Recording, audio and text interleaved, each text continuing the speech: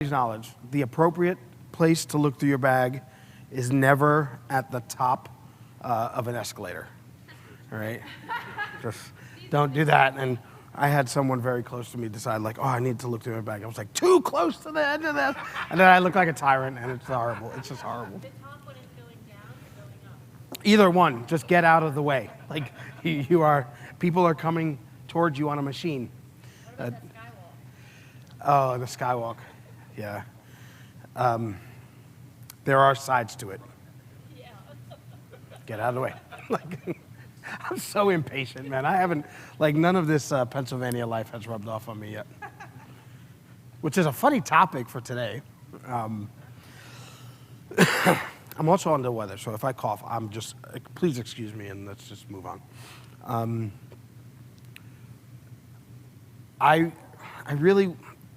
I think what happens with Bible study way too much is that like it gets left to the person up here. So I really want to be a moderator of conversation today, which is a nice way of saying you're going to have to pony up into the conversation. But I actually think one of the tent poles of the year was when Mark was talking about acceptance and the gate and going inside and making your tent at the gate. So I don't come to this Bible study with like professing that I have a bunch of answers for you. So if you came here for that, I don't want to disappoint you because I'm actually more come to you with this Bible study is like, hey, this is an area I struggle with. And if you saw like the Facebook post, like tonight, I have been over the last couple of days been thinking about tolerance, like just tolerance. And I think it's one of those things where, like, I do struggle with it because I could be very like, get over yourself. Why don't you get to moving here? But I actually think there's good to that.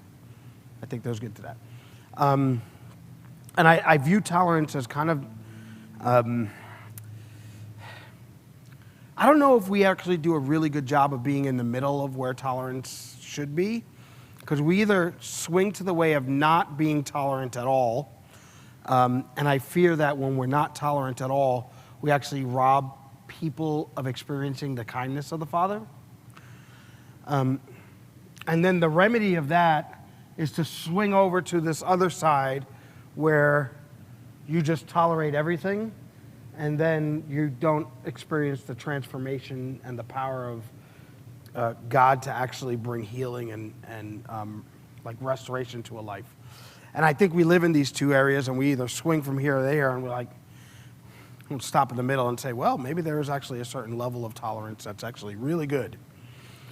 And maybe there's actually a line of diminishing return when it comes to tolerance, where what you then do is not simply tolerate, but you actually cement behavior. And I hate talking about like behavior modification stuff, but I think tolerance is really a good way to cement behavior that you don't like to see. And I'm not interested in modifying people's behavior, but I'm definitely not interested in cementing behavior that you don't want to see. Like that actually seems a little bit even more harmful at times. So that, like, I've been thinking about that over the last few days. So I want to have a discussion about it, right? Because I don't have an answer of where the actually line of demarcation is. Now, at the same time, I feel like if you tolerate everything, you stand for nothing. Right? Like, if you are gonna, my mother used to say this to me. She's like, hey, Ben, if everybody loves you, you stand for nothing. Like, she used to say that, like, straight out. Like, if everybody likes you, you're probably weaker than you, like, you're probably pretty weak. Because what you have is you've created an environment around yourself where you just ebb and flow with, you know, everything, and everybody just likes you. And you know what? I actually think I can be pretty likable to most people, but there are some times when you probably should not like me, right? And if there's a time, and if that's true, then, or if it's true that you just always like me all the time, I've probably done a disservice to you, right? Especially if we have a close relationship.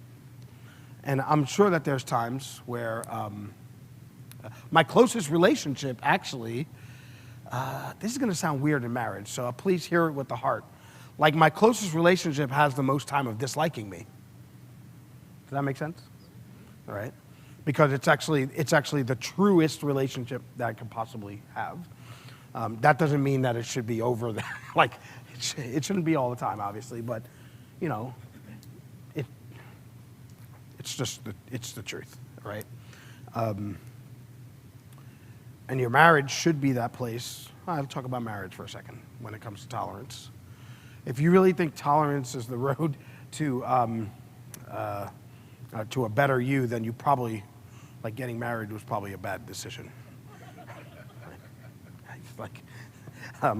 Because nowhere in the vows, nowhere in any vows I've ever said it was like, I will tolerate your, like, right? Like, I will tolerate your crap, right? I do. Would you say I do to that? I will tolerate all your stuff. Would you say I do to that? No, and I don't think Jesus said I do to that to his bride. So,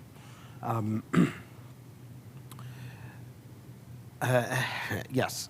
Another thought I had about tolerance is I kind of group tolerance. I'm going to just put it here. So this had no tolerance for me. Wait, I wanted to draw these.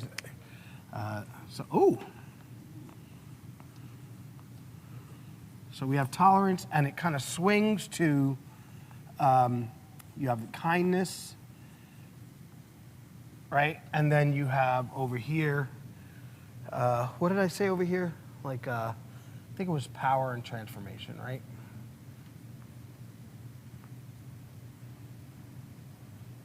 And just remember, that's actually kind of the negatives. Like, if I have no tolerance, I can actually prevent people from feeling the kindness of the Father, right? Like, I think that's true. I don't think we can get around that. And if we have too much tolerance, especially in your closest relationship, then you rob people of feeling or being able to actually experience transformation. Say again? Yeah, I think you said too much tolerance. Too much tolerance, yeah. Now, here's the problem, all right? Because I want to explore with you, and so you're going to do some work tonight also, or with me.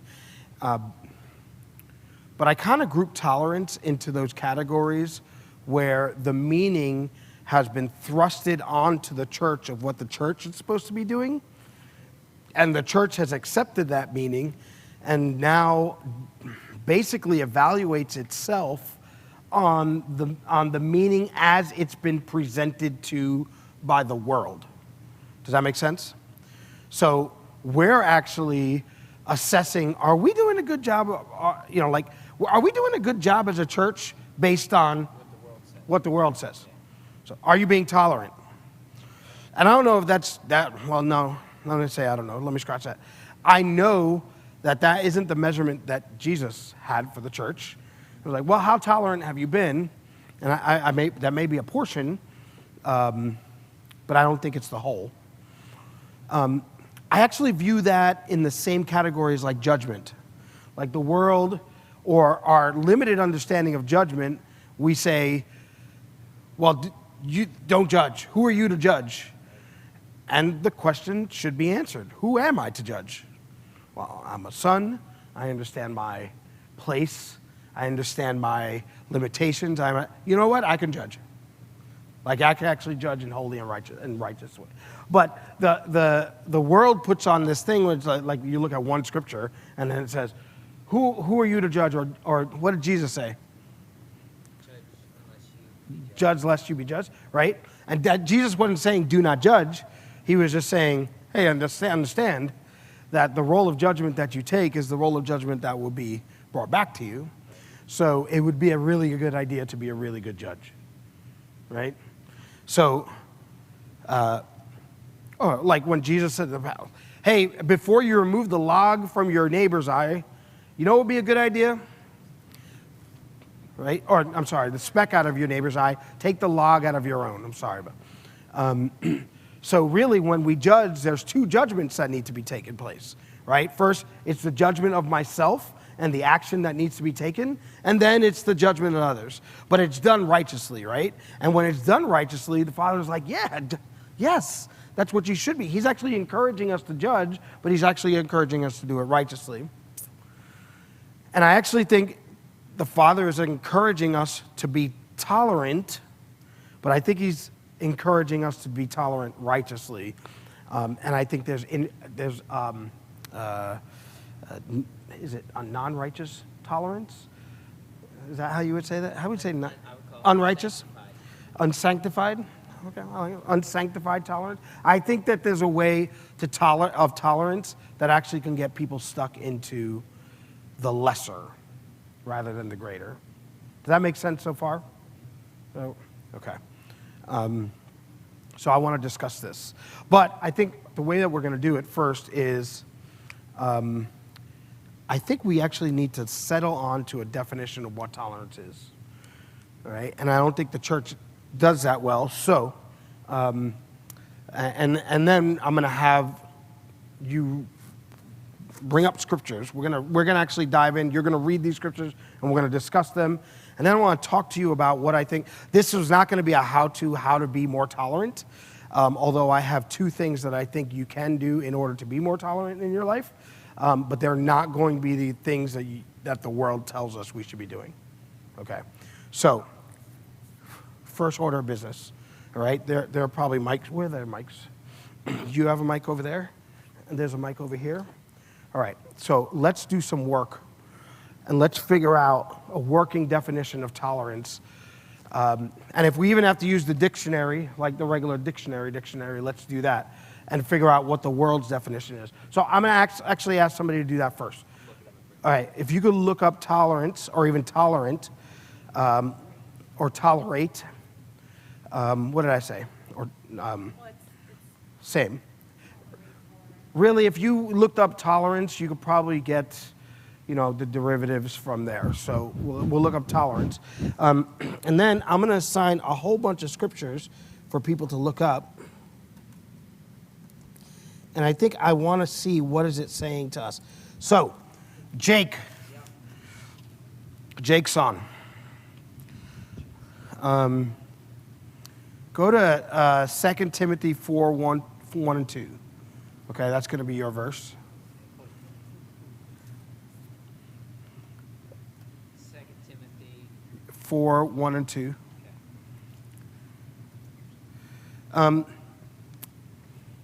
I'm going to leave you be because you have a baby in your hand. Together, do me a favor, look up Ephesians 4, 1 and 2. I think 2 is going to be where we need to be.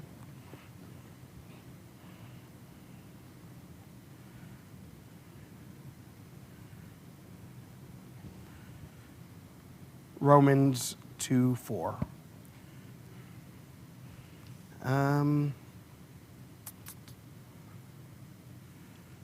actually may give you a couple. Romans 4, 1 and, Romans 14, 1 through 4. All right.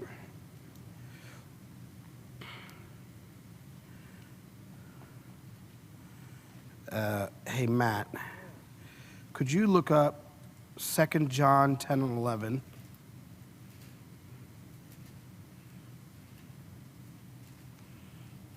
Leslie, you're going to be running out, like... 7:45. I might be back, but... just give me Romans 16, 17. Nick, you have our definition. Diane, I'm not going to give you one.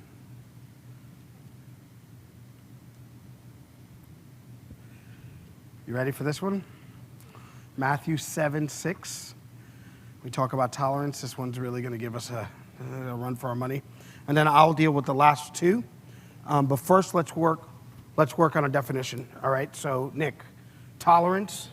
Yeah. So the The first definition of tolerance given in the Webster's Dictionary is capacity to endure pain or hardship, endurance, fortitude, or stamina.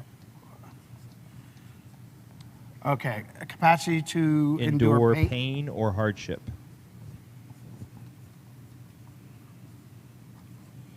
Okay. Second definition is sympathy or indulgence for beliefs,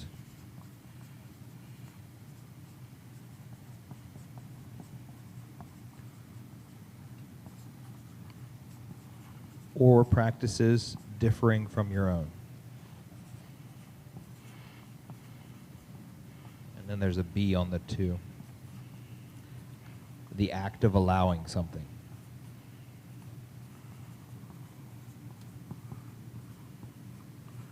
You said, the act of allowing something. Yeah. Third definition. Number 3 is the allowable deviation from a standard. That's a really good definition. It's the one that's the one I kind of like and the one I kind of cringe on, but we could talk about that. The allowable deviation, or did you say variation? Deviation from a standard.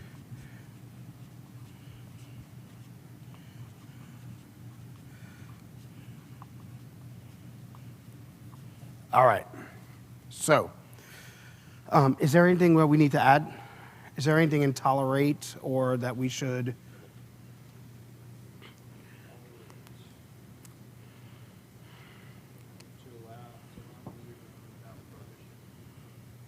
So tolerate says to allow it to be or to be done without prohibition, hindrance, or contradiction. Okay, so that's interesting, and that kind of couples into here. All right. Without prohibition, hindrance, or contradiction. Also to put up with.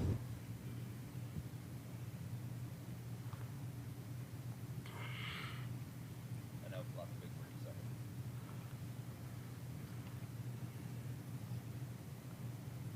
Okay. All right.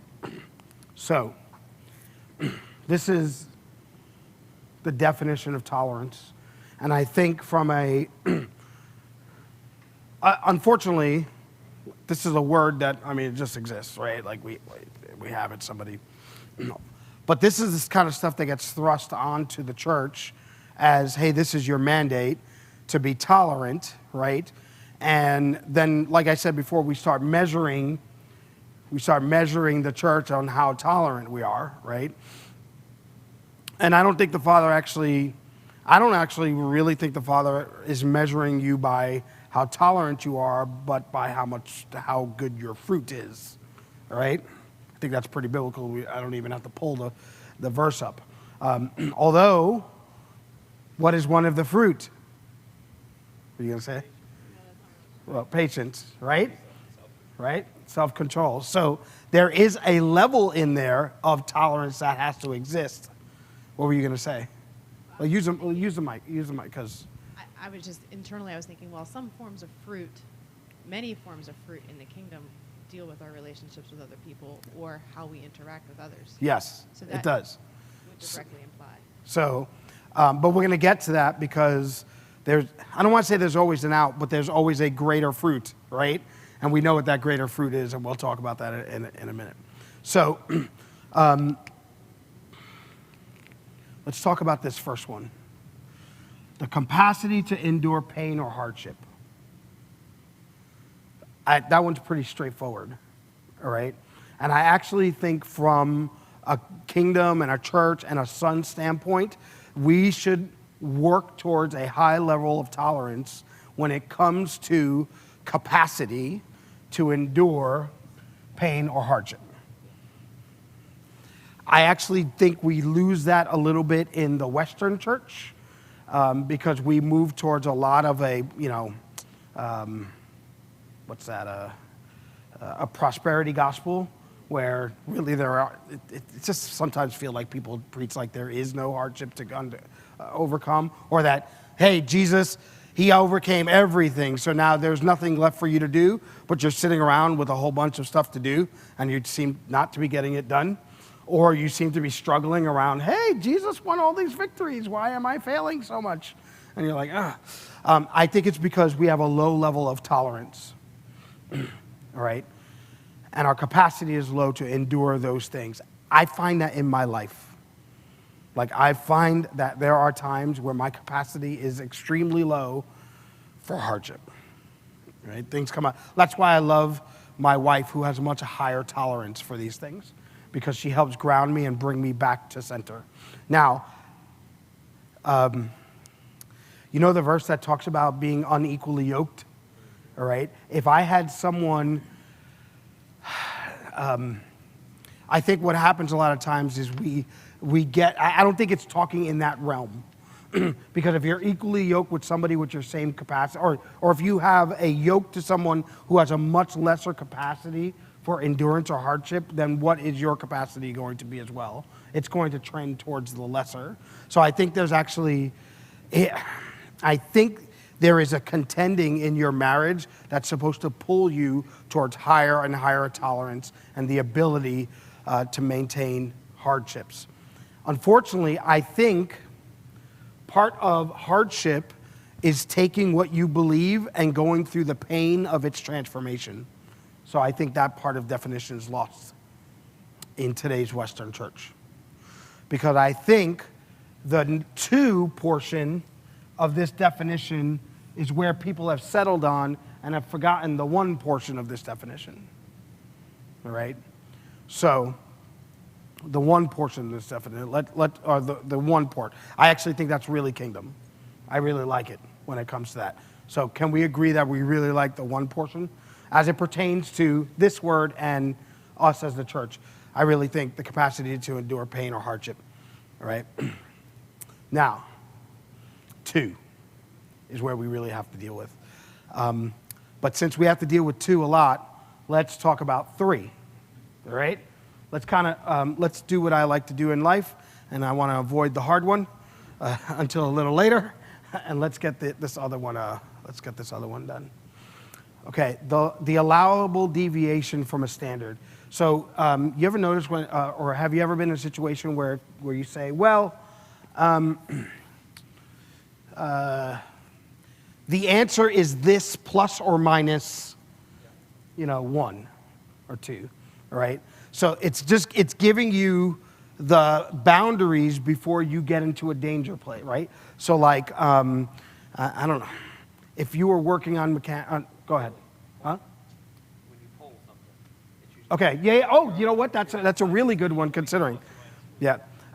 Polls are like plus or minus 4. So it's almost interesting. It's really interesting. But when the media does a poll, they say, "Hey, you know what? We have the ability to be not completely honest, plus or minus 4 points, like because we actually don't know what the truth is." All right. when you go Where's the mic? Give him a mic. when you go to On the bottom.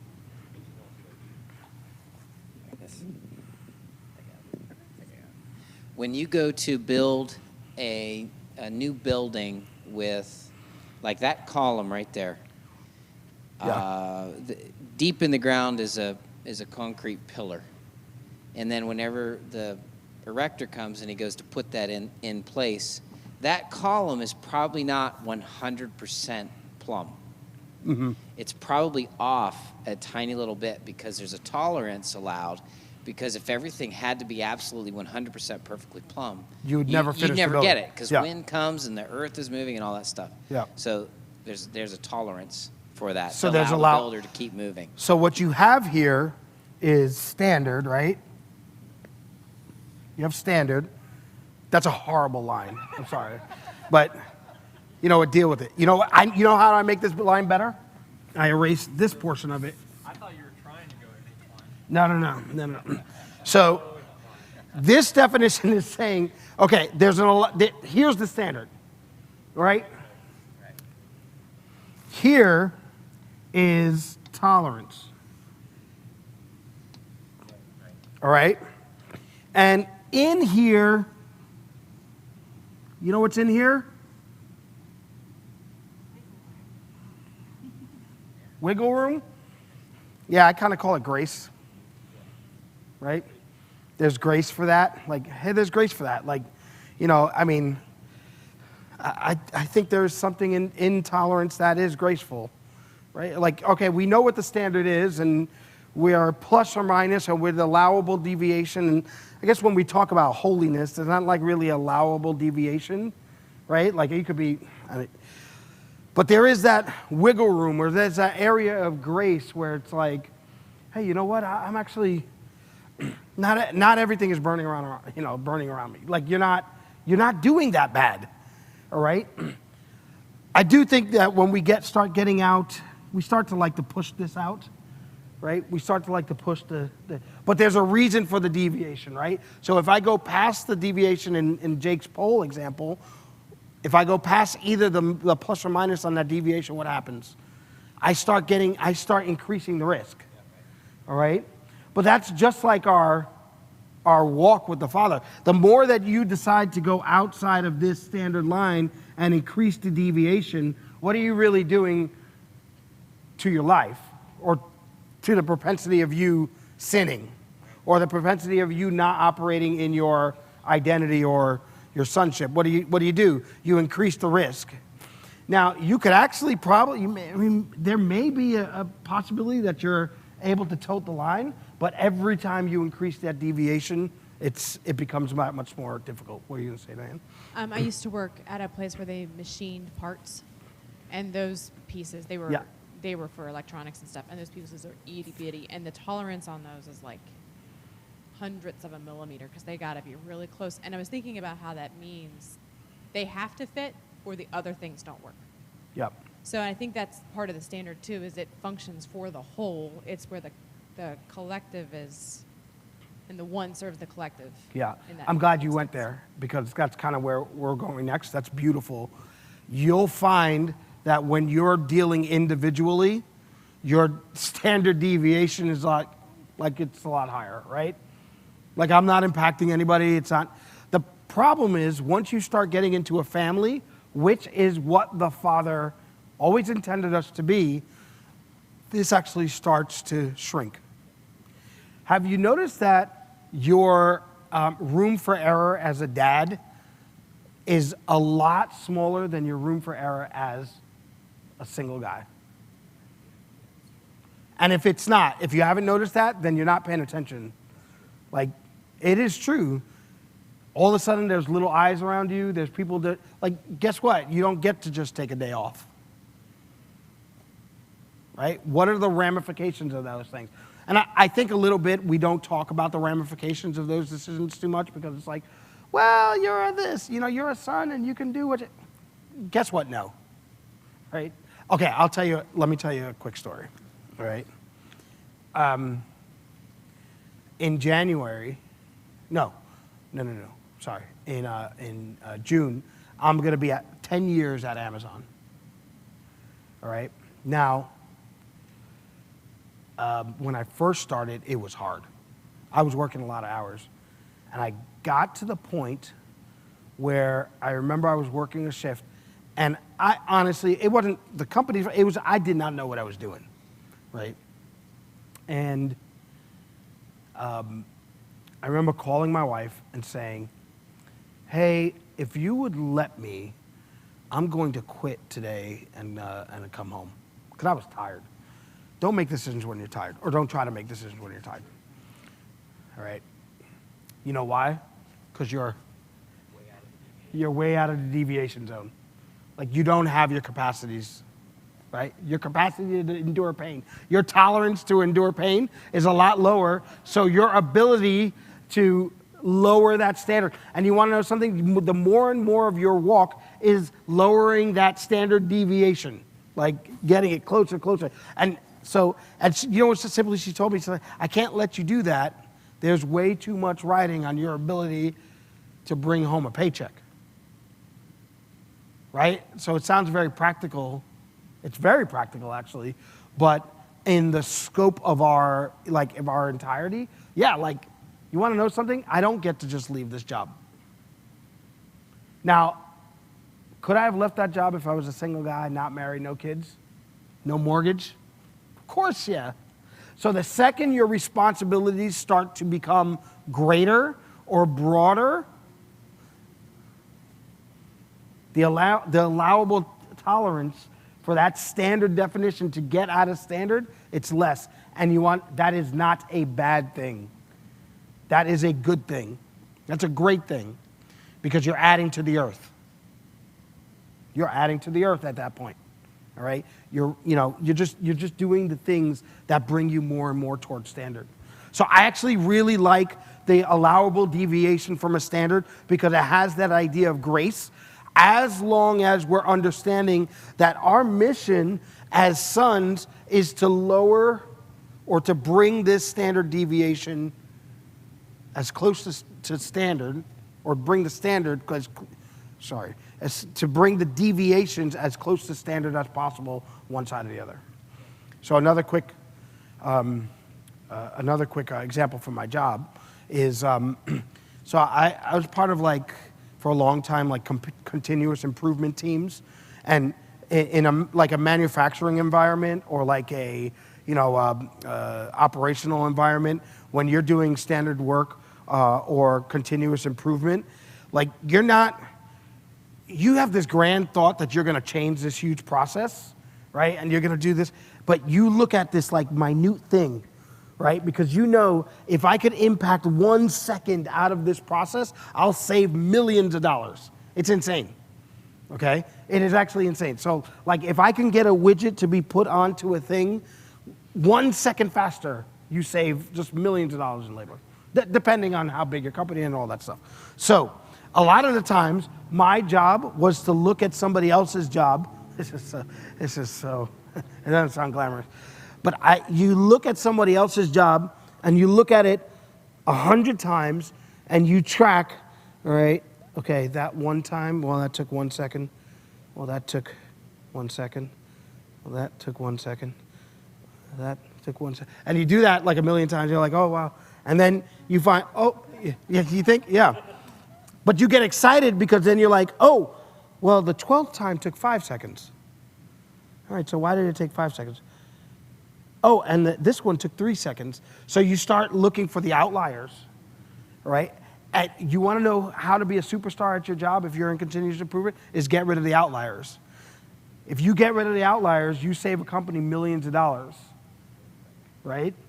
And I'll tell you this much, your life, if you can get rid of the outliers, those things that throw you off, I know that things that come up. I'm not saying that. We actually have buckets for things that are just uncontrollable. We know. But if you can get rid of those outliers, those things, oh, this made me go over here. Why? Right?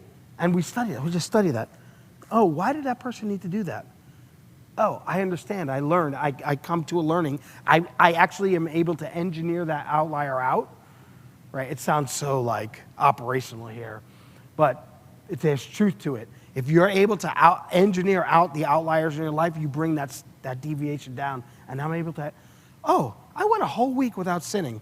You didn't think you could do it before, right? Right? I'm getting mature. Oh, I went a whole week without sinning. We used to think that was impossible. No, actually, it is possible because I'm maturing and I'm getting those deviations out, those things that make me go off of standard. And when I'm able to get them off, I'm able to actually walk. Right? And those things don't throw me off. Does that make sense? Yeah. All right. So I really love the, jeez. Outlier. So you want to know something? We just come up with you know what happens so many times? What do?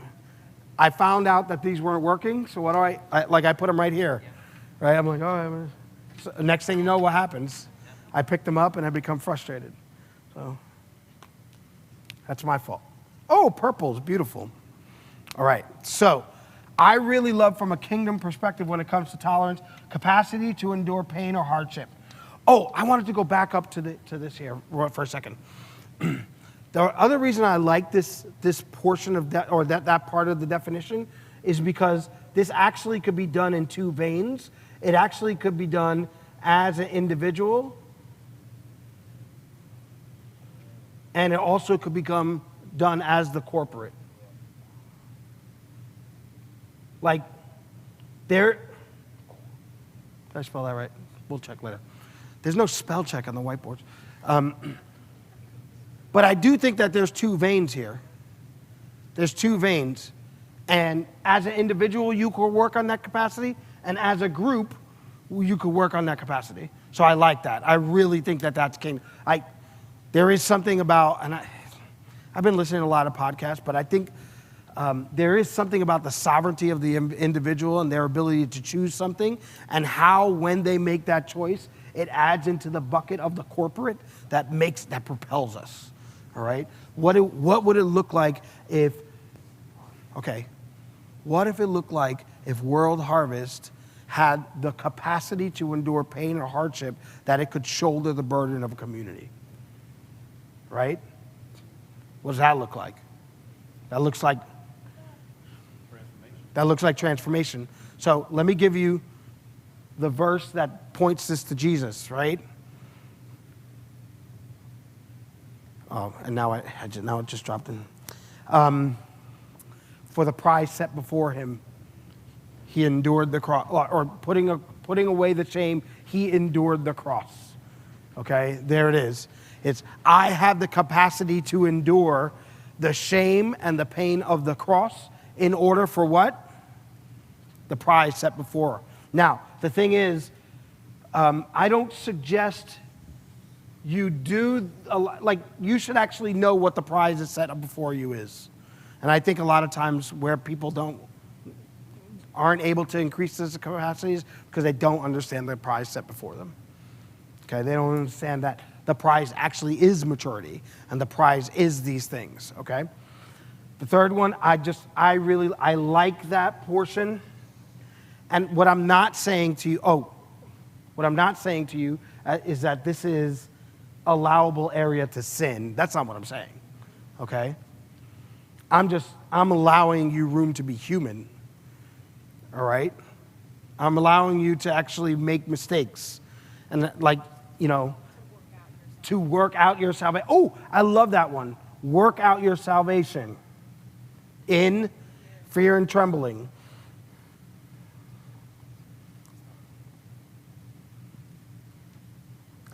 You know what? I think those are the verses I want to attach to those two when it comes to tolerance from these definition boards. Now, I like the idea of fear and trembling, because fear and trembling, what's the beginning of wisdom? The fear of the Lord. So it's not that fear, it's just the understanding of knowing him. So work out your salvation in fear or trembling is really, to me, it's work out your understanding in your salvation in the true knowledge of who Jesus is, okay, in fear. And you don't want to know something? It should lead to a little trembling. Like, if you really know who God is, it should be a little bit of I'm glad you're my dad. I really am. I'm really glad you're my dad, because, if you weren't, if you had a different perspective of me, it could be a whole different ride, right? Amen.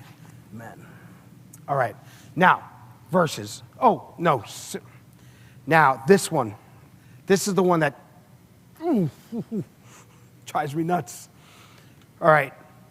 Tolerance is sympathy. I feel like it starts off okay, right? Like it starts off good.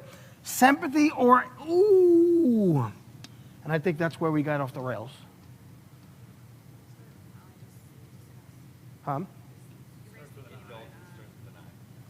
Oh, jeez.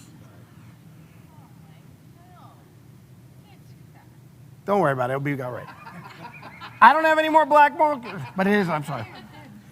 All right. Sympathy, or I don't like the word indulgence in this definition. All right, because this is where I think this is what gets just kind of hurled onto the church, is that you have to now indulge in every single belief or practice that differs from you, and now all of a sudden that becomes the measurement if you're a good church or not. And I think in an effort to be extremely kind and almost good intentioned, churches are like, well, let's up our tolerance. Let's up our tolerance, up our tolerance, up our tolerance, up our tolerance. And now what happens? You don't stand for anything. Well, it's that part there, Go ahead. now prohibition and really Now, contradiction. yep. That's like ties your hands. Right here. You can't even say what you think. No, you can't. Because everything that you say that is in contradiction is, it's just intolerant. People don't want to change what they're doing. That's why the world likes to hurl those things on you. Well, because what we want all the benefit without the pain or hardship. Because what is contradiction if it's not friction? Right? Like there is a certain amount of friction that must happen in order for, try to sharpen a sword without friction. It doesn't work. Like try to do it gently. This is what I will do. I'll go into battle with the sword that has gone through contradiction and friction, and you go into battle with the sword that hasn't, and we see who comes out alive. That's called fruit. That's called results, right? And what happens is we've actually accepted a God who is okay with process but no results. All right? So, I hear this a lot of times, like, you know what? He's concerned with the process. All right? He's concerned with the process. It's not about the results, and to a small portion, it isn't about your micro results, like your day-to-day, like you're gonna fall, right? It's not about that, but ultimately, there is no such thing as a process without a result. Okay? If you don't have a result at the end of a process, what do you have? No, it's not a process. Yep. Yep, it's not a process. You're meandering. Yeah. Yeah, that's right. You're meandering. And I think I said this a while ago, but I'm very leery of people who who don't measure things. And I forget what. Without measurement leads to mediocrity. What? Yeah. Oh, yeah. What was mission? I think it was mission. Mission without measurement leads to mediocrity, right? It's just the idea that, I have a mission. All right. Okay, we have a mission. What's the mission? It's this. How are we going to measure it? We're not. Oh, okay. So you don't have a mission. What you have is you have a faint desire of something, and I get it. You probably have a heart for something, but you don't really have a mission. And if you're not measuring it, then what are you doing? And this is where that falls. It falls into a very comfortable lane of, hey, we can have sympathy for something, all right, and we can indulge in something with an I, all right. Is there a candy that's called indulgence with an E? I need something to blame that on. I need someone to tolerate my spelling. But differing from one own, an act of allowing something. So,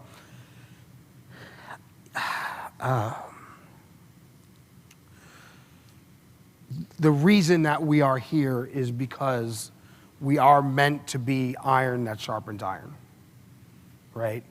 We're not meant to just take things blindly and just casually, but we just feel like the world has thrown this on us, right? And I find this a very interesting conundrum.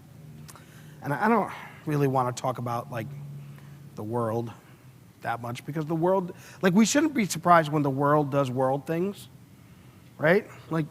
Why would you be surprised when the world does world things? You should be like, okay, that's the world, and they do world things. It's like when a dog does dog things. That's what they do. But I find it interesting because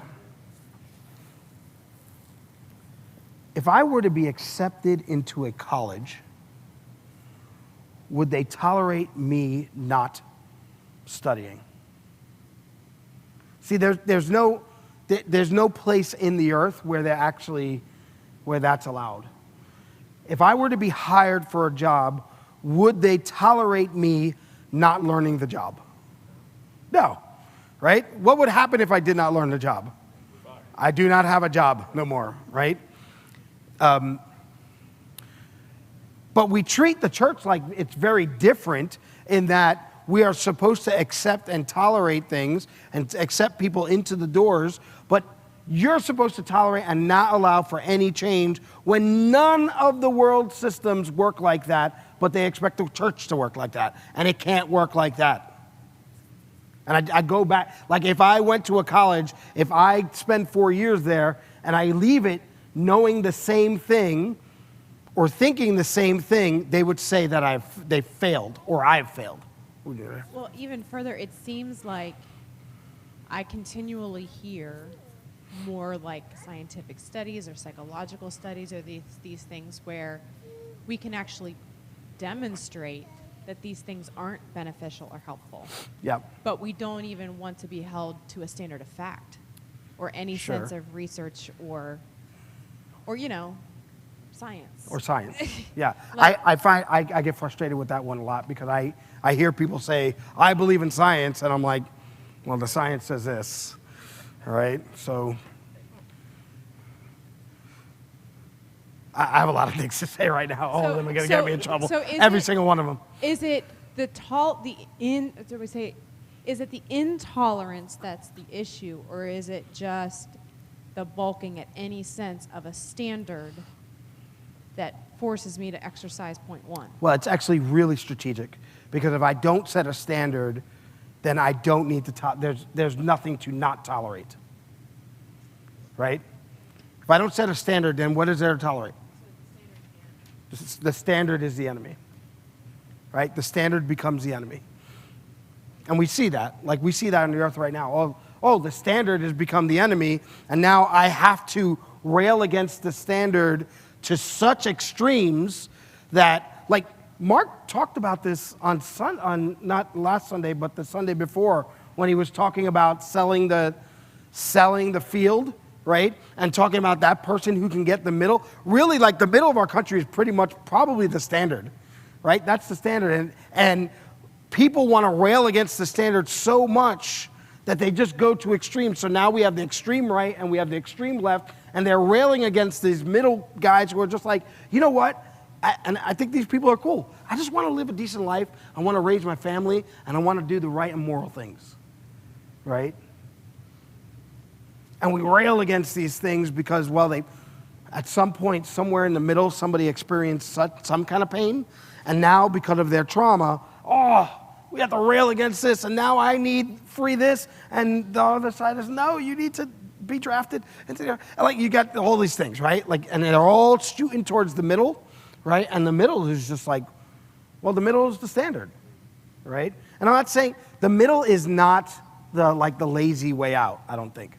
I actually think the middle has actually been very like, well, I could see this, I could see why we need this, and I could see why that is an issue, and I could see, and they walk this line. It's like, you know what? They've been very thoughtful about these things, all right? And they don't go to these ends. But that's where we get to, right? So, you know what the great thing is, if I could just erase this,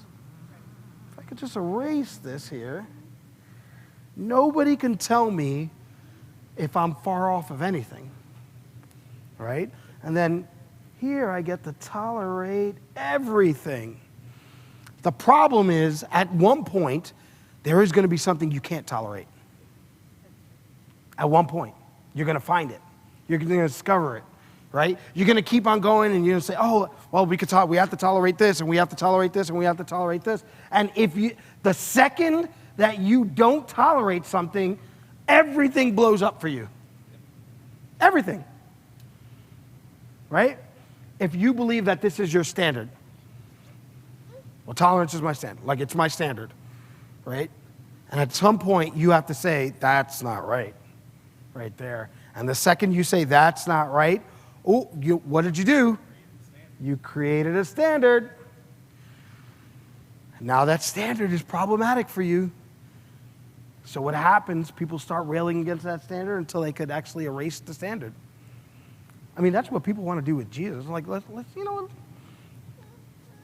erase that standard. And now I could live by or with God. Let's say with God. People are a little bit more amicable to Jesus. But God, like the idea of God, all right? If we could just erase that and say, scientifically, there's no God, right? Now, I don't have the standard there. I don't have the basis of what of the beginnings of all these things. But they get cancer or something. I'm sorry, say again? I said, but then they get like cancer or something. I mean, so many. Yeah, there's so many reasons. Like there's so many reasons why somebody could say, "Oh, there is no God," right? And then they can back it up with their own pain or lack of capacity for pain, right? And I think a lot of times when people say, "Oh, there is no God," you're seeing somebody with, there's a hurt there, or a lack of capacity for that pain that then drives you to say, "Hey, you know what? Let's erase that standard." And it just grows into people. Okay. So, without prohibition or contradiction, we know that's the portion that becomes very, very detrimental to what we want to do, just as people in society. And there is nowhere in society that actually would say, if you want to be a successful anything, that would say that that is part of their model. Like, it can't happen, right? So I want to get into verses because I feel like, and I know I'm running, what time is it? Ooh. Okay, so this is my problem, though, and this is where I struggle, because I feel like the Bible tells me some places to be really, really patient and really tolerant, and then I feel like there's other parts of the Bible that tell me, you better not tolerate that. We will not tolerate that at all. So I want to read these verses, and I just want to, quickly discuss, do you see tolerance in there? Do you see non-tolerance in there? And what's the middle? And then I want to talk about how do we actually become really strong and tolerant? And what's the context? Yes. All right. And I know, I mean, with an hour and a half, who knows if we can get to every single context, but we're going to try. So, Jake, what was the verse? Here, use the mic. It's right in front of you. 2 Timothy 4, 1 and 2. I solemnly charge you in the presence of God and of Christ Jesus, who is to judge the living and the dead, and by his appearing in his kingdom, preach the word, be ready in season and out of season, reprove, rebuke, exhort with great patience and instruction. Does that sound like tolerance or not tolerant? That sounds kind of not tolerant. Man, it sounds like tolerance and not tolerance, right? Yeah. Because I could keep doing what you're doing. It's wonderful. That's like 3? Yeah. And I think it actually has a little bit of 1 or 2 because you're going to have to endure that pain. Because somebody else is enduring that pain, right? Right? The person getting the reproof and the rebuke, all right? And then the other person is the allowable deviation of standard. Well, in verse 5 it says, but you be sober in all things, endure hardship. Oh, I'm sorry. You know what? Do the Thank you. work of an evangelist, fulfill your Yep. ministry. So you being sober. Oh, what's sober? Sober is a beautiful standard there, right? Like centered. Okay, sober, centered. Endure. So you have this part and this part, but I don't see the no contradiction or without prohibition. But I could see a little bit of sympathy in there. Okay? All right. Thank you, Jake. Let's move on. What's the next one that we have?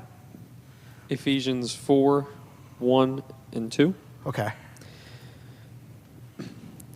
As a prisoner of the Lord, I plead with you to walk holy in a way that is suitable to your high rank given to you in your divine calling, with tender humility and quiet patience. Always demonstrate gentleness and generous love toward one another, especially towards those who may try your patience. Ooh. Does that sound tolerant or not tolerant? Tolerant. That sounds pretty tolerant, but read that first part of the verse. As a prisoner of the Lord, Okay. And the next. I plead with you to walk holy. Oh, okay. To walk holy. Now, does walking holy come with certain standard? Oh. It's the standard, right? Like not even certain standard. So, but it gives us insight, right, on how to, like, hey, I got to tell you something. I need you to be really tolerant for people, but hey, you need to walk holy. So who should be walking holy? The person who is tolerant. But what should they be doing?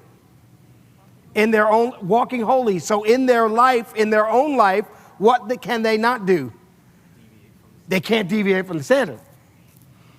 So even in there, there's an intolerance. Does that make sense? Right? So like right here, like, okay. Who was in the military? Only you? Well, only, okay. When you were in drill, how much tolerance was there for getting out of the standard? 0 tolerance. Okay. That proved my point. All right, that's what I wanted to hear you say. So why?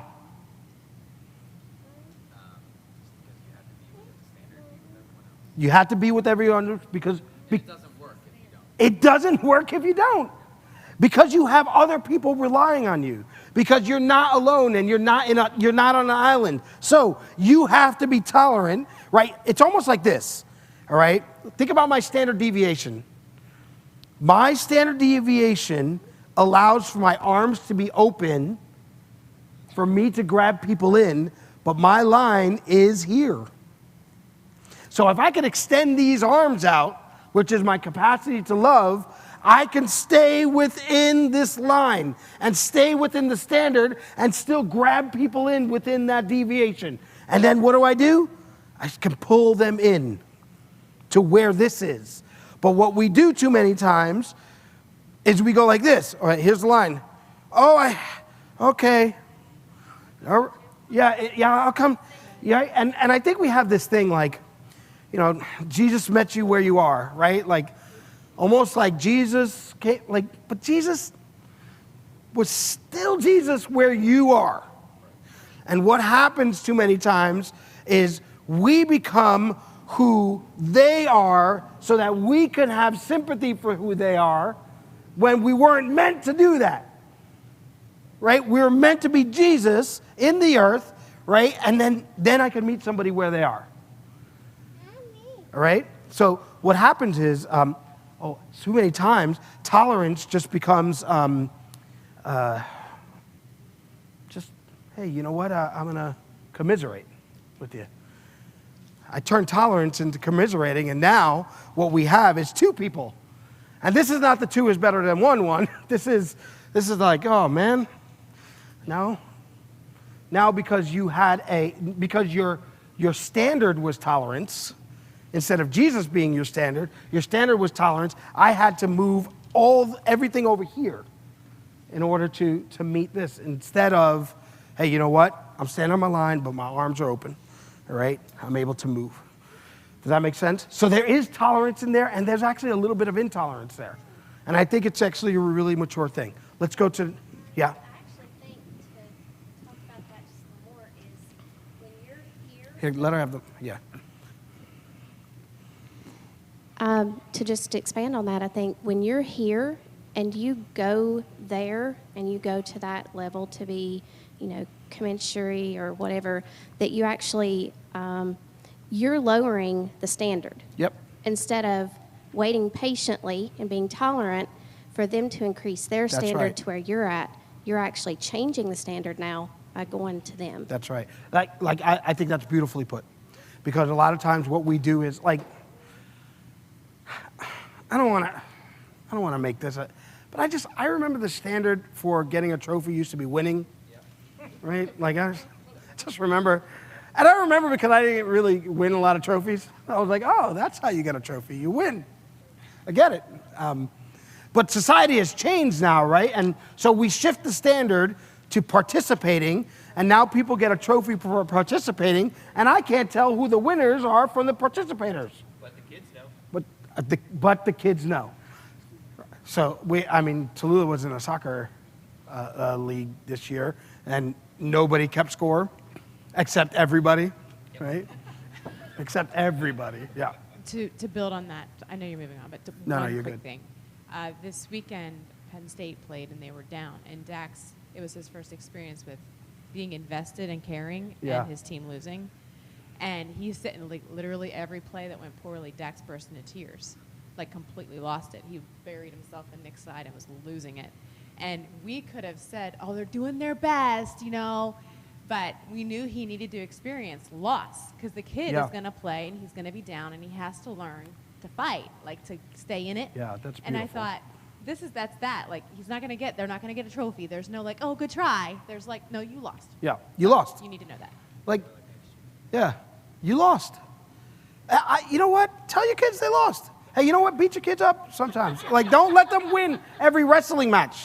You know what that is what I'm trying to say. Like, because when you do, when they actually have to wrestle somebody, why am I losing? I've won every single wrestling match I've ever been in with Dad. And I was like, oh. Yeah, It's why some kids come out of school and can't understand why they can't keep a job. yeah. Because Well, yeah. Everyone's always told them, oh, you're doing great, you're doing great. And then they come into a job and it's like, you're not doing You're not great. doing Like, great. I don't understand this. I'm quitting. I'm going somewhere else. And they there's go to not the one next place, business and out it's there the that's same giving thing, out and they just- participation. Yep. Your participation medal is your paycheck. That's what it is. Yeah, everything else that you want to go beyond that is based on your results. All right? And you know what? I don't mind saying that God is results oriented. He wants to see results. That's transformation. Okay, what's the next verse that we have? But thank you for that because that's a really good point. The next verse is Romans 2:4, and it is, or do you show contempt for the riches of his kindness, forbearance, and patience, not realizing that God's kindness is intended to lead you to repentance? Is that tolerant? That's pretty tolerant. But it's also not tolerant because you have that R word in there. Right? That R word, repentance. Repentance means that you have decided, I am not going to tolerate something and I'm turning around. Right? I think a lot of times it would be really great if I had, you know what, I'm not going to tolerate this sin in my life anymore and I move towards Jesus. Right? I repent. So that one is actually really, like, it's more of a heavy one on tolerance, I think. But what does the Passion Translation say? Okay, go. It says, don't mistake his tolerance for acceptance. Oh, that's beautiful. So read the whole thing in that translation. Yeah. Just read, yeah. Do the riches of his extraordinary kindness make you take him for granted and despise him? Whew. Haven't you experienced how kind and understanding he has been to you? Don't mistake his tolerance for acceptance.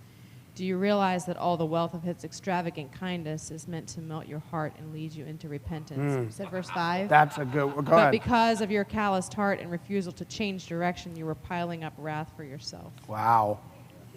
Piling up wrath for yourself. Woo.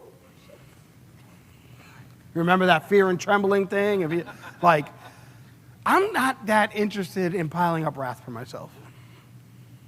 I don't think I have the tolerance or the capacity to take on, like, God. And I honestly, I think that God is so tolerant that, look, you either humble yourself or you get humbled. All right? One is infinitely easier than the other. And God is so kind that he allows us the ability to humble ourselves.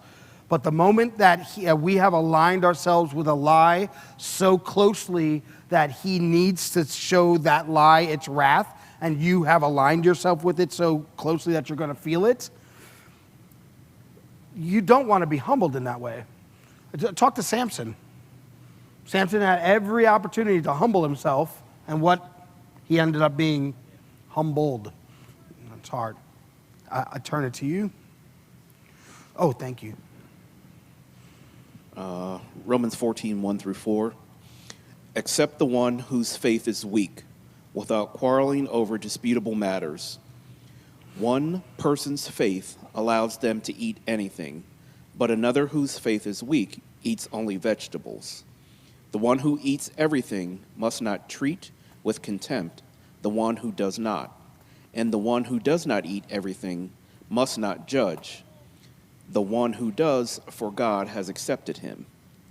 Who are you to judge someone else's servant? To their own master, servants stand or fall, and they will stand, for the Lord is able to make them stand. That's good. What do you think on the tolerant or non-tolerant? Read that first line. I'm sorry. Read the first one again because I saw. It says, accept the one whose faith is weak, without quarreling over disputable matters. Yeah. Yeah. So there is actually some of that too in here. All right. There's kind of a distinction there. Yep. Go on. Go I on. mean, Please. in the Passion it says, with them concerning nothing more than opinions. Mm-hmm. So in this situation, you're talking about things that, frankly, don't really matter. Yeah. So he's giving us a warning that we get bogged down in Right. things, in secondary and tertiary issues. Minutia. Right? Yes, minutia. You know what he's saying here? Keep the main thing the main thing. Don't get lost in the weeds. Yeah, you get, and that's what happens when you start doing that, then everything like the big stuff, the big picture gets lost. I think there's a lot of tolerance in there, all right? But it's giving you really good instruction of where you can get lost in that whole tolerance, like. But I think a lot of when the world wants us to be tolerant, it causes a lot of confusion. Mm-hmm. As opposed to when the standard is the standard, that is the standard, period. Yeah. You know, and I know you can't be inflexible, but when the standard, like you said, the example you gave, if you go to college, you're expected to study. If you don't, you fail. You go to work, you're expected to work. If you don't, you get fired. Why should it be any different in the beliefs, you know, of Christianity versus what the world thinks that we should be tolerant of? You know. I think that's the place where, when I said earlier, I struggle with that a lot. Because there is a double standard there that I clearly see, right? And I almost think that the double standard is, it's taken out of Scripture when Scripture is taken out of context, right? And when the true nature of who Jesus isn't understood, you can take very, very, you could take a word from whatever translation you want and use it to throw against the church. And next thing you know, because the church has become so dependent on one person interpreting it for them, then they can't stand. Honestly, if we continue on with this, this pattern or I don't know, this setup where it's like, hey, this one pastor tells you everything what to think, and then you go out there and somebody gives you this really compelling argument based on their feelings and their experience about why that's wrong, and you have not read the Scriptures, you have not encountered the person of Jesus, you haven't seen fruit in your life, well then obviously you're going to go and you're just going to you're going to bend to that wind, right? Yeah. Yeah, and then what happens to you? Your thought patterns, become extremely fluid. Extremely fluid to the point where you don't know from day to day what you do believe. It's a bad place to be. It's a bad place to be. 2 John, verses I think this 10 is when we start getting into hardcore ones. and 11. If anyone comes to you and does not bring this teaching, do not receive him into your house and do not give him a greeting. For the one who gives him a greeting participates in his evil deeds. Whew. What does that feel like? That feels very intolerant. That feels very... did you happen to look any verses up? I know I didn't want to go into all the teachings, but it was 2 John 2, right? What's the verse before it? In verse 9? Does it give us... So, you know the context of that? Go, that's what I want to get into. In verse 7, it says, numerous deceivers have surfaced from among us and gone out into the world, people who will not acknowledge Jesus Christ coming as a man. That's the context of that verse. Yeah, so... Go ahead. NASB says this is the deceiver and the These deceivers are antichrists. Yeah. Oh, it's funny because like we talk about Antichrist and we connect it to like Revelation and end times. Really, Antichrist is those who do not acknowledge Jesus as coming in the form of a man and, being the Savior. And so the context of that is you should be not tolerant of people who do not believe, like who want to enter your home. And I think it's really talking about establishing extremely deep connection with you to the point where, hey, they will not acknowledge the truth of Jesus. You should be I would be very, very, I would be cognizant and wary of how much influence you allow. All right. Now, I'm not saying that you can't sit with that. Like, it sounds pretty intolerant to me, but I think this verse truly, and from my interpretation of my one, is how much influence are you giving that person into your very home and into your heart? Because when you do that, remember we talked about earlier, hey, am I going to be the tolerant guy? And next thing you know, there's two of us, right? And I want to talk about how to become way, way tolerant if we have to. How much time do we have? I have a little time. So I think this is a warning. Well, it's not, I don't think. This is a warning that the influences that you allow in your life, if they don't acknowledge Jesus, they can root in and destroy. We do the same thing with our kids. Like, there's certain kids that you're going to allow your kids to come in your house and hang out. There's certain kids that you're not going to allow to. And how about this? There are certain kids I don't let my kids go to their house. Exactly. Yep. Like, I don't, like, I'm like, no. Yeah. And you know what? It's not because I'm trying to be mean, but I've seen some fruit that I don't look that great, right? So I think Mark's talked about this before, the difference between being an influencer and an influencee. And if you're going to interact with someone at that level, you better be darn sure you're the influencer or you will be influenced. If you're not the influencer, then like sitting and commiserating with that person all of a sudden, and not even commiserating, but when you start to feed off that person, that thing becomes fruit to you, or that becomes like, it starts to make sense. And then I don't know how many times I've seen it where it's somebody I thought was really strong. Next thing you know, they're taking on people who they are not the influencer to, and they then just turn away in their thinking and in their action. Well, to your point too, I think the way this is addressed to this lady, my picture here is that she's likely hosting a gathering. Like, her home is likely a meeting place, like a church meeting place for a group of believers. And so he's essentially protecting their koinonia too. Yeah. Like, he's giving her instructions for the protection of a body of people. Yeah. And then, hey, what does that say about here? When you're dealing with a body of people, what happens to your deviation, your ability to deviate? It has to become smaller. It has to. So, like, you know that they're all like, be careful, little eyes, what you see, right? How many of you will send your children to a place where they cannot be careful what they see with their eyes, or what they, like, just think about that. Like, the second you send your children out, what happens to this deviation? And I'm not saying be super controlling over your kid. That's not what I'm saying.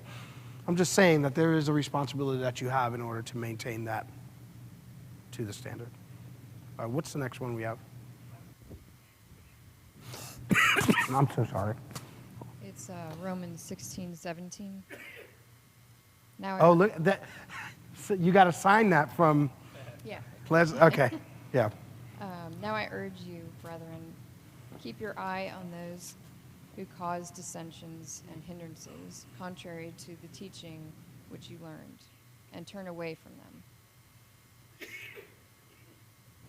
That sound tolerant or not tolerant? Doesn't sound tolerant. It says, read it one more time. I'm sorry, Nick. Now I urge you, brethren, keep your eye on those who cause dissensions. Okay, so what is it that you're actually keeping an eye on? You're keeping an eye on dissension. And those that cause dissension are going to be a problem to actually what you talked about earlier, your koinonia or your fellowship. It's telling you, hey, it's actually talking to what the end game is going to be here. But those who are going to bring dissension,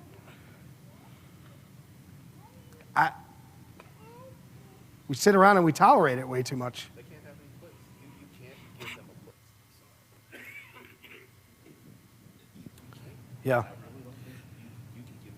When you have someone in your life that brings disunity to the whole, you create an environment that no one can feel secure in. Like, no one. And it becomes a problem. And in a church setting, like in a family setting like this, I'll tell you, there have been people like, you know, when they raise their hand, they're just there to argue, and everybody's like, oh, God, like, here we go. Like, this person is just, they're just going to be contrary to. Nobody likes the contrary person, even in the simple things of life. That person has to argue everything. It's always like, whoo, because you're not able to move forward. And, oh, I didn't even see that there. Thank you. And when you're not able to move forward, it stunts everybody. And remember, we're talking about capacity to endure pain. It can be individual or it can be corporate. When you have one person that's stunting the corporate, it's hard to deal with that from a leadership standpoint. I'll tell you, because you want to be kind, right? And you want to have endurance and you want to, like, but the scriptures are pretty. Dissension's a problem. And why do I know dissension is a problem? It's the thing that Jesus said to the Father himself. Oh, that they would be one, right? Just like you and I are one. So I would think that he has a low tolerance for people who want to bring disunity. That's my opinion. I really love this verse in the Message Bible, because this really makes you go. This one in the Message Bible really makes you go, It says, one final word of counsel, friends. Keep a sharp eye out for those who take bits and pieces of the teaching that you learned and then use them to make trouble. Give these people a wide berth. They have no intention of living for our Master Christ. They're only in this for what they can get out of it and aren't above using pious, sweet talk to dupe unsuspecting innocents. Yeah. That's a point well made. Yeah, that's pretty pointed. I like it because you do have people who are going to who will take portions and then just kind of like, here it is. You want to hear the one that started it all? Did he really say that you can't eat the fruit? Like, right? Isn't that the one that started it all, right? Like, that's that person. Yeah. Wanted to bring in dissension, right? Did he really say that you would die? Like, so sweet and innocent, right? Right? All of a sudden, you have people walking around. It's like, well, did it really say that you have to be holy? Did it really say? All right. Here we are. We're back in the garden again, and those questions are being asked again. And next thing you know, you're like, oh, I'm naked. That's how. Sorry. Oh, I think this is the last one, right? Do you have the last one?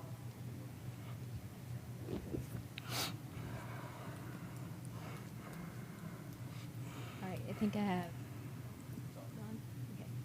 Matthew 7:6, I think.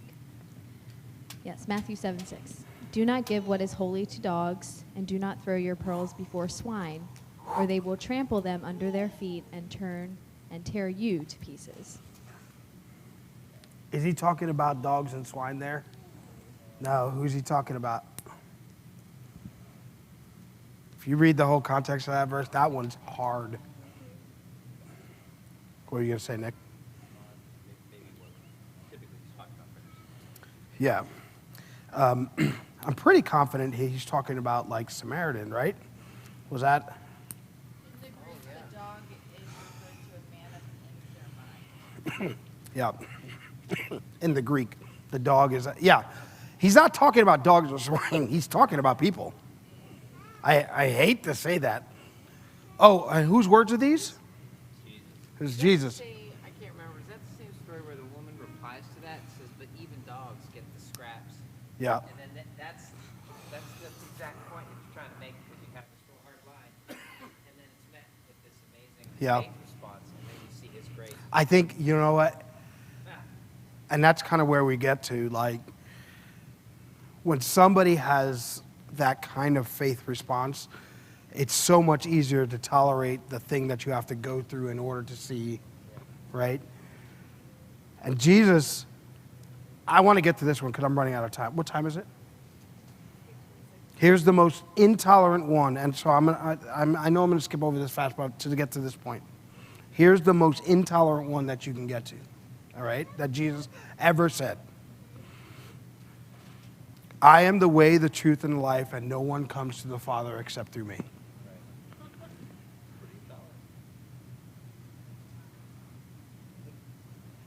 That is pretty intolerant, Jesus, because I should be able to go this way, and I should be able to go this way, and if I'm seeking my truth, or if I'm just a good person, or if I'm this, or if I'm that, I should be able to experience the Father. But now what you're saying is, that you, Lord Jesus, are the way, the truth, and the life, so that means there's only one way, there's only one truth, and there's only one life, and there's only one way to get to the Father. And, oh, that's the hard part. And what Diane just said is that none of them are left up to my interpretation. The most intolerant thing ever said in the Bible. But the most truthful thing. There's the thing. And this is what I want to get to. I know I have like 3 minutes. The problem with this word right here is that we've made this the end game where it's only a tool to the end game. Okay? It's only a tool to the end game. So here, the end game is truth, who is Jesus, right? The end game is Jesus, who is truth. Tolerance, we've made into an altar that we stop at. And now, if you tolerate and if you accept, people stop here, right? And we're able to tolerate them, but what we have is no growth, right? And nobody looks more and more like Jesus. They just look more and more like something you can tolerate or something that needs to be tolerated. I don't want to be someone that needs to be tolerated. I actually, excuse me, want to be somebody who's moving towards Jesus. That's what I want to be. So, if we continue to use tolerance as an end game, then we'll never we're just going to frustrate ourselves. Because like I said, there's going to come a point where you get to the end of your tolerance. It's just impossible. Like, I just don't see a way outside of that. But if I can use tolerance as a tool that brings me the truth, then I actually can have something awesome called unity. That's when I can't have unity if I'm simply tolerating. That's not what unity looks like. Unity does not look like tolerance, I'm just tolerating. Because in even the definition, there is some friction to tolerance. Because I actually don't like it, right? I'm enduring it. I don't think that's what like prospering as a family looks like. Oh, we're enduring Thanksgiving dinner. Here comes the endurance. I have the capacity to endure you as my brother. That's not what it's doing. Colossians 3:4 says what about unity and love? That love is the perfect bond of unity, right? Love is the perfect bond of unity. So there's something greater than tolerance, right? There's something greater than tolerance. It is not an altar. It's not something we're supposed to stop at. It's like what Mark said. Acceptance is the doorway. You're not supposed to camp there. Tolerance should lead to understanding what the kindness of God is or experience the kindness of God and propel us to truth so that we experience who Jesus is. This variation becomes a lot smaller, and then because of that love that grows, now we have unity. But until this becomes the end game and not this, we'll never get to that point. So there's only two ways I see in my head, and maybe you could think about this and come with more. I'm probably out of time, but I'll give you these two. The only two ways to become more tolerant is to actually become more grounded in the truth. Because if you're not grounded in the truth, then you're not really tolerating anything, you're just kind of commiserating. Okay? Tolerance is not meant for you to swing it's meant to stand here and understand what your standard is and not be swayed. So in order for me to actually be able to tolerate or to walk in tolerance, I need to know what the truth is. So my experience of who Jesus is, I need to have a new experience with Jesus like almost every day. Like I need to be able to do it. I need to know I know him. So that's one, know Jesus. Know. And then two, I think you need to bear fruit, which will come from knowing him. Excuse me. So I think where there is a lot of ignorance, there's more tolerance needed. But I don't think that tolerance, or I don't think that ignorance is eradicated by simply telling somebody something, right? That's just disseminating information. We have a lot of disseminating information, but nobody ever actually gains understanding and knowledge. People gain understanding and knowledge by seeing fruit from your life. So if you want to actually have, have more tolerance, knowing him and bearing fruit will allow you to be more tolerant to anybody because you don't have to be swayed. Here's my fruit. I could tolerate your bad fruit. Why? Because I have grapefruit. Not grapefruit. Like that. I have awesome fruit. That's a bad, yeah. That's sour. So I know Jesus. I know the truth. I am bearing awesome fruit. So now I can tolerate that you have bad fruit. I don't need to partake of your bad fruit, but I tolerate that you have bad fruit. So what do I offer you? I offer you good fruit. Here's good fruit. Cool. All right? You taste good fruit and you say, oh, my fruit stinks. But I don't know how to change my bad fruit. So I continue walking a little bit more time with my bad fruit. And then I say, hey, I want to remind you, here's good fruit, right? And this is, I think, the patience that we need. It's just keep offering people good fruit, right? Not sitting there and listening to every single one of their arguments or just like sitting there and listening or watching as as their world goes to, blows up around them. I think the patience you need is to continue to produce fruit and then offer fruit and produce fruit and offer fruit until you see that person's like, oh, you know what? I actually don't want to produce this bad fruit anymore. You know why? Because I know that fruit's awesome. So I look at my marriage. Is it producing good fruit? It needs to produce good fruit. That's your responsibility. Like as a son, that's your responsibility. Produce good fruit. I look at the things like at my work. Is it producing good fruit? I look at all the things in my life and I see, are they producing good fruit? Are they producing good fruit? And as I'm producing more and more good fruit, I have more and more good fruit to offer. Don't worry about it. You're not going to run out of good fruit. It's going to produce. The more good fruit you produce, the more comes. Like the more you have the ability to just hand it out, right? And then the seeds from that good fruit, what does it do? It plants and it multiplies. And now you have somebody else with good fruit. So this is true kingdom building. Is, hey, here, I'm actually tolerant, and my tolerance is I hand you good fruit. I hand you good fruit. I hand you good fruit. I hand you good fruit. And what I don't do is I don't stuff the fruit into your mouth. I'm just, I don't shove it. I don't say, you know what, you're going to hell. Like, that's not good fruit. But good fruit is the things that are coming out from my life, the things that are bringing life to other people. So if you want to become a more tolerant person, know him, like know the truth. Like know it, not your version.